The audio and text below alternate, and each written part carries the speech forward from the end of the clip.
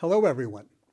In the last lecture, we defined the parity-check polynomial h of x of a cyclic code to be the polynomial x to the n minus 1 divided by g of x, where g of x is the canonical generator for that cyclic code. We showed that the dual code of the cyclic code is also cyclic, and that its generator polynomial is h star of x. H star of x is obtained from the parity-check polynomial h of x by taking its reciprocal and then making it monic. In this lecture, we'll develop a PCM for a cyclic code in standard form. We'll then show that computing the syndrome of a vector R with respect to this PCM is the computation of the remainder upon dividing the polynomial R of x by the canonical generator g of x.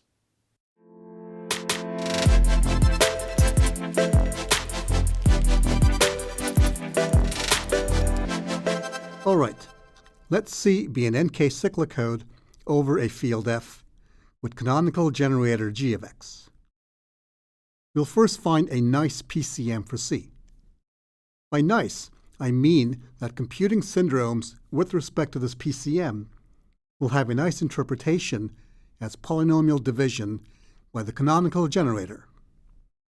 We'll do this by first finding a generator matrix which has the k by k identity matrix on its right. And then we'll construct our nice PCM. To find a GM for C, I need a basis for the code. So I need k linearly independent codewords. Here's how I'll find them. For each I between 0 and k minus 1, long division of x to the n minus k plus I by g of x gives a quotient and a remainder, where the remainder has degree less than n minus k, and the degree of the quotient is less than k. Rearranging this equation gives x to the n minus k plus I minus ri equals li times g. Now, since li has degree less than k, li times g is a codeword, and hence the left-hand side is also a codeword. So let's write these k codewords as rows of a k by n matrix. The first row of the matrix is the vector representation of minus r0 plus x to the n minus k. And similarly with the other rows of G. Now the vector representations of these remainder polynomials have length at most n minus k. And that's because each ri has degree less than n minus k. I can write these remainder polynomials in this form. Also, the vector representations of these monomials on the right is just the k by k identity matrix. And so the matrix G is of the form having the identity matrix on its right. The matrix clearly has rank k, and so G is indeed a generator matrix for the cyclic code C. We can now write down a PCM for C from the GM that we just constructed. So the PCM is H, which has the n minus k by n minus k identity matrix on its left, and the matrix minus R transpose on its right.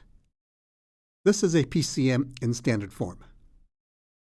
Note that H transpose has the n minus k by n minus k identity matrix on the top, and R in the bottom. Now you can interpret the first row of H transpose, which is the first unit vector, as x to the 0 mod g of x. The second row, which is the second unit vector, as x mod g of x, and so on up to the n minus kth row, which is x to the n minus k minus 1 mod g of x.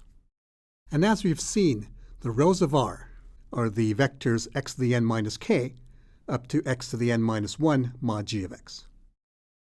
And so, the rows of H transpose, which are also the columns of H, are the powers of x modulo g of x, from the 0th power to the n minus 1st power. I can now state the main theorem of this lecture. The syndrome of a received vector R, with respect to the above PCM, is the vector s of length n minus k, whose polynomial representation s of x is the remainder upon dividing the received polynomial by the canonical generator. Note that the remainder polynomial has degree less than n minus k, so its vector representation has length n minus k. Let's prove the theorem. So here's the vector r of length n.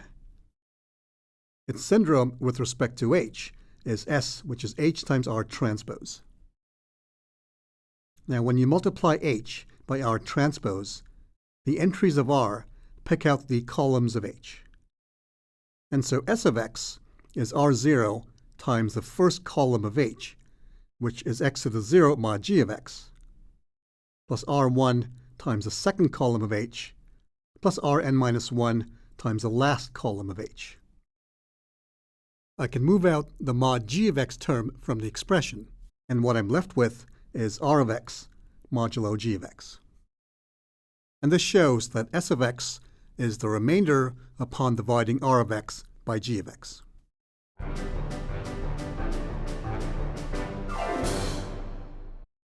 Here's an example. Let's consider the 59 binary cyclic code C with canonical generator g of x, which is 1 plus x squared plus x cubed plus x to the 6th. Note that g of x has degree 6, which is 15 minus 9. In fact, g of x is a monic divisor of x to the 15 minus 1 over g of 2. Let's compute the syndrome of this vector of length 15. So by our previous theorem, the syndrome of r with respect to that nice PCM is the remainder upon dividing the polynomial r of x by g of x. So here's the polynomial r of x, and here's the divisor g of x. When I do the long division, I prefer to write down the terms of the divisor and the dividend from high degree on the left to low degree on the right. The first quotient term is x to the 4th, which when multiplied by g of x gives us this polynomial. Subtracting gives this polynomial. And I continue doing this until the remainder has degree less than the degree of the divisor. And so the syndrome polynomial of r of x is x to the 5th plus x to the 4th plus x cubed plus 1. I now convert it to its vector representation, being careful to note that the leftmost bit of the vector should correspond to the constant term of the polynomial. And so s equals 1, 0, 0, 1, 1, 1. Long division of polynomials can be a bit tedious by hand. To simplify things a bit, you can omit the powers of x and just write down the coefficients of the divisor and the dividend. I've done this here on the right.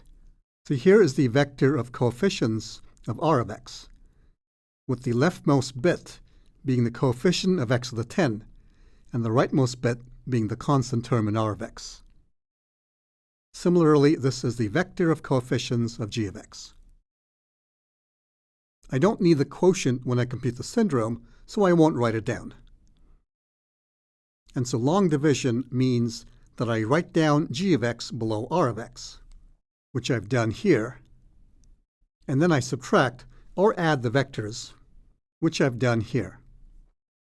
So I continue adding g to the left of the remainder until the remainder has degree less than the degree of the divisor. So this is a syndrome polynomial, and I reverse the coefficients to get the vector representation of the syndrome. So ignoring the monomials in the polynomial and just working with its coefficients makes hand calculations a bit faster. It also suggests that computing syndromes in hardware implementations is very simple and cheap, because one only needs a circuit that adds the coefficients of g of x to the current remainder. And that's very simple to do in hardware. So computing syndromes as remainders upon division by g of x is especially simple for hardware implementations. I'll next prove a technical result that we'll use in the next two lectures in a decoding algorithm that corrects cyclic burst errors. The result says that the syndromes of a vector and its cyclic shifts are closely related. More precisely, let R be a received vector with syndrome polynomial S of x, written here as a polynomial of degree at most n minus k minus 1. Then the syndrome of x times R of x is x times s if the leading coefficient of s is 0. Otherwise, if the leading coefficient is non-zero, then the syndrome of x times R is x times s minus the leading coefficient times g of x. I should emphasize that x times R of x represents the cyclic shift of R because here R is a vector of length n, and so x times R is interpreted as a polynomial modulo x to the n minus 1. However, x times s is not a cyclic shift because s is a vector of length n minus k, not of length n. Let's prove the theorem. Since R has syndrome s is the remainder upon dividing R by the canonical generator g of x. So we can write R as some quotient L times g plus the remainder s. Multiplying both sides by x gives x times R equals x times L times g plus x times s. Now, since g divides x to the n minus 1, x times R and x times R mod x to the n minus 1 leave the same remainder upon division by g of x. If we're in the first case, where the leading coefficient of the syndrome polynomial is 0, then we'll note that the degree of the syndrome is less than n minus k minus 1. And so the degree of x times s is less than n minus k. And so if you look at this expression, since x times s has degree less than n minus k, x times s is the unique remainder when x times R is divided by g of x. And this proves that x times s is the syndrome of x times R in the first case.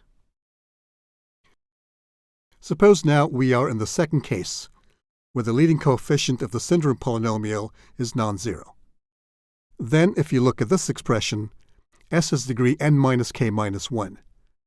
And so x times s has degree n minus k, which is not less than the degree of g of x. So x times s is not a remainder polynomial.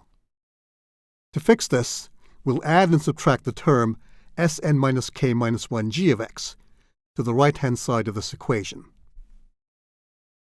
I'll then group together the first term and the last term, factoring out the g of x, and call the second term minus the third term s bar of x.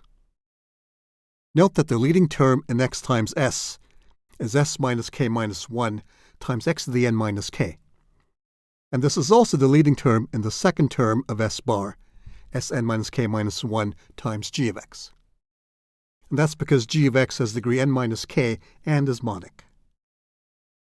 So the leading terms in these two polynomials cancel upon subtraction, which means that s bar has degree less than n minus k.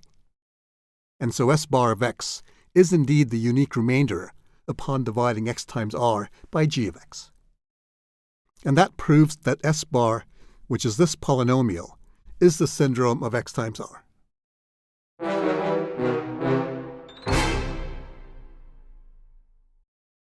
By the previous theorem, if we're given the syndrome S of a vector R, we can easily compute the syndromes of cyclic shifts of R. By easily, I mean without having to perform a polynomial division. Let's do an example of this. This example will continue the one from slide 125, where we saw a 59 binary cyclic code with canonical generator given by this degree 6 polynomial. Recall in that example that we computed the syndrome of this vector R of length 15. So let's now compute syndromes of cyclic shifts of R. We'll compute syndromes of x to the I times R as I ranges from 1 to 7. I first have the syndrome of R that I computed in the earlier example. To compute the syndrome of x times r, the previous theorem says I need x times s, which you obtain by simply adding a 0 to the left of s. So x times s is this vector of length 7.